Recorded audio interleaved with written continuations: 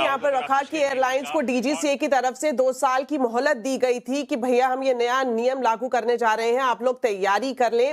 और अब हम सवाल अपने एक्सपर्ट से पूछेंगे। हमारे साथ फेडरेशन ऑफ इंडियन पायलट्स के प्रेसिडेंट कैप्टन CS रंधावा भी मौजूद है। सर, बहुत बहुत स्वागत है आपका कंज्यूमर अड्डा में। और सर, जिस तरह से हम चर्चा कर रहे हैं कि फिलहाल जो देश के बड़े एयरपोर्ट्स पर क्योस की स्थिति है, इसके पीछे जिम्मेदार कौन है? क्या FTDL को ही विलन मानना चाहिए? लंबे वक्त से खासतौर पर आपसे सवाल पूछना चाहूंगी सर कि जो पायलट बॉडीज हैं वो इसकी मांग कर रही थी कि भैया आप इस तरह के नियम लेकर आएं, और DGCA की तरफ से 2 साल का टाइम भी दिया गया कि आप तैयारी पूरी कर लें और इसे हम लागू कर देंगे। लेकिन अब जिस तरह की हालात है, क्या वो एक बड़ा संकट माना जाए पूरे, ना सिर्फ इंडिगो के लिए बल्कि दूसरी एयरलाइंस के लिए भी? दीपाली, पहले मैं एक चीज बोलना चाहूंगा कि ये जो FTTL का CAR है, ये 2.5 साल की मोहलत थी सभी एयरलाइन के पास इसको इम्प्लीमेंट करने की।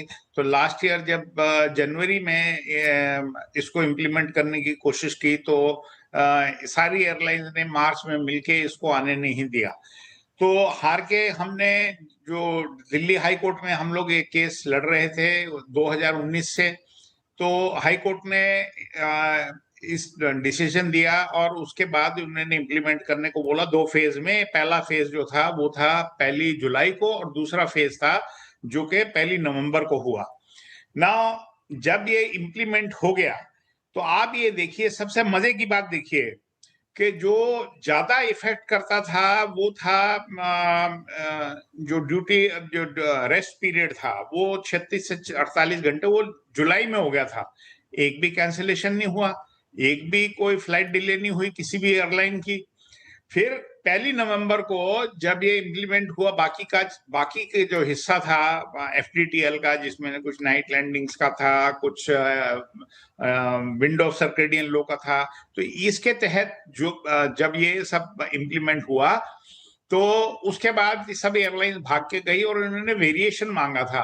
एयर इंडिया को कोई वेरिएशन मिला, कोई 787 पे और 777 के ऊपर कोई उसको वेरिएशन चाहिए था ड्यूटी टाइम में, वो दे दिया DGCA ने। बाकी एयरलाइंस को एक नाइट लैंडिंग एक एक्स्ट्रा चाहिए थी, वो भी दे दी। अभी अब मजे की बात देखिए कि इंडिगो की एक भी फ्लाइट ना तो देरी से गई और ना कोई कैंसिल हुई। नवंबर पूरा निकल गया। उसके बाद 28 नवंबर को यासा ने और एयरबस इंडस्ट्री ने एक सर्कुलर निकाला कि 5:30 बजे 30 नवंबर के बाद कोई भी 320 जो कि मॉडिफाई नहीं हुआ है वो फ्लाई नहीं कर सकता। इंडिगो के 200 जहाज थे जो कि इफेक्टेड थे। इन्होंने रिकॉर्ड टाइम 200 जहाज को मॉडिफाई करा 2 दिन के अंदर। उसके दौरान भी कोई कैंसिलेशन नहीं थी इंडिगो की। अभी क्या बदल गया कि पिछले 48 घंटे में 2 दिन के अंदर 500 कैंसिलेशन है फ्लाइट्स की। तो ये जो एक मुद्दा है FTTL का, पहले तो मैं आपको सबको ये बताना चाहूंगा, पहले क्लियर करूंगा, मैं मीडिया में से सुबह से एक चीज क्लियर करना चाहता हूं, ना ये मौसम की वजह से है, कहीं फॉग नहीं आया है, कोई ट्रैफिक कंजेशन नहीं है, वो भी उसी तरह है सारे एयरपोर्ट। तो ये 2 मुद्दे तो बिल्कुल ही नहीं है।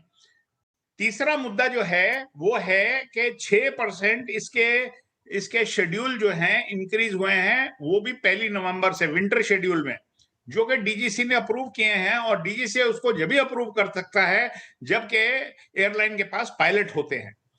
तो इनके पास अगर देखा जाए तो तकरीबन 5,800 पायलट्स हैं, जिसमें के 2,500 के करीब कैप्टन हैं। अगर आप इसका अंदाजा लगाया जाए कि 900 घंटे कम से कम पायलट उड़ता है एक साल में, और इसका एक टोटल किया जाए, और एक जहाज 320 इनके जहाज उड़ रहे हैं, कैलकुलेशन हम आपसे समझ लेंगे, लेकिन जिस तरह से आपने इस पॉइंट को सामने रखा कि FTDL की वजह से नहीं है, इंडिगो की तरफ से ये दलील दी गई कि खराब मौसम, कोहरे या फिर छोटे मोटे जो टेक्निकल ग्लिचेस हैं वो, और साथ ही साथ जो नए नियम लागू हुए हैं उसकी वजह से ये पूरी परिस्थिति सामने आई है। तो आगे अब हम अमित जी के पास चलते हैं। Amit ji, safety matters foundation आप लीड कर रहे हैं सर, के फाउंडर है, तो आपसे ये जानना चाहेंगे थोड़ा सा पैसेंजर पर्सपेक्टिव के हिसाब से भी हम देखें कि वजह चाहे कुछ भी रही हो, चाहे इंडिगो की तरफ से बोला गया हो कि कोहरा है, थोड़े से टेक्निकल ग्लिचेस आए, खराब मौसम है, कंजेशन है, नए नियम है, लेकिन जिसका खामियाजा भुगता जा रहा है वो है पैसेंजर्स। तो पैसेंजर्स के लिए डीजीसीए के रूल्स इस हालात में क्या कुछ कहते हैं? पैसेंजर्स के लिए तो डिले और कैंसिलेशन के रूल्स बिल्कुल साफ है कि अगर 2 घंटे से ज़्यादा डिले हो तो पैसेंजर्स को क्या मिलना चाहिए। 4 घंटे से ज़्यादा डिले हो तो रिफ्रेशमेंट्स वगैरह अगर कैंसिल हो जाए तो ऑल्टरनेट अरेंजमेंट, होटल अकोमोडेशन या किसी ऑल्टरनेट एयरलाइन से भेजने का प्रयास करना चाहिए। तो बात यह है कि अचानक से किसी एयरलाइंस को नहीं पता चला कि कल से हमें कोई भी पायलट नहीं मिलेगा 250-300 फ्लाइट्स के लिए। तो ये तो इनको बहुत पहले से प्लानिंग होती है, अचानक से कुछ नहीं होता है। अगर हो भी गया तो कम्युनिकेशन कितनी जल्दी करना चाहिए। सो कम्युनिकेशन यहाँ पे ज़्यादा बड़ी प्रॉब्लम है कि पैसेंजर को पता नहीं चल रहा कि मैं पहुँचूँगा कि नहीं अपने डेस्टिनेशन पे। किसी को काम है, किसी को मेडिकल के लिए जाना है, किसी की इम्पोर्टेंट मीटिंग है, तो कब पहुँचेंगे या कैसे पहुँचेंगे यही नहीं पता। तो ये डीजीसीए और मंत्रालय की ओर से इंडिगो को डायरेक्टिव जाना चाहिए कि ये तो कंप्लायंस का इशू है। तो रेगुलेशंस में ये ऑलरेडी हैं, ऑलरेडी बिल्ट इन है। हमारे यहाँ प्रॉब्लम ये है कि पैसेंजर एसोसिएशन या पैसेंजर रिप्रेजेंटेटिव कोई नहीं है। सबसे बड़ा स्टेक होल्डर इस एविएशन इंडस्ट्री में पैसेंजर है और पैसेंजर की कोई आवाज नहीं है। सो पैसेंजर कहाँ जाएगा, किसके पास जाएगा? जो फोरम उन्होंने बनाए हैं, जैसे आप उन्होंने मोबाइल फोन पे बनाया है कि आप एप्लीकेशन है उस पे लॉगिन कीजिए, लेकिन ये तो बड़ी बात है, वो इंडिविजुअल केसेस के लिए है। ये तो सिस्टम फेलियर है। सिस्टम फेलियर के लिए जो अकाउंटेबल मैनेजर है उसको सामने आना चाहिए। तो ये कल्चरल इशू है। जैसे जापान में बड़ा पॉइंट आपने रखा कि जो इस पूरे एविएशन में सबसे बड़ा स्टेक होल्डर है वो है पैसेंजर्स, और उनका रिप्रेजेंटेशन आखिर कहां है। हम इस पर चर्चा जारी रखेंगे। फिलहाल वक्त एक छोटे से ब्रेक का है, जल्द वापस लौटेंगे।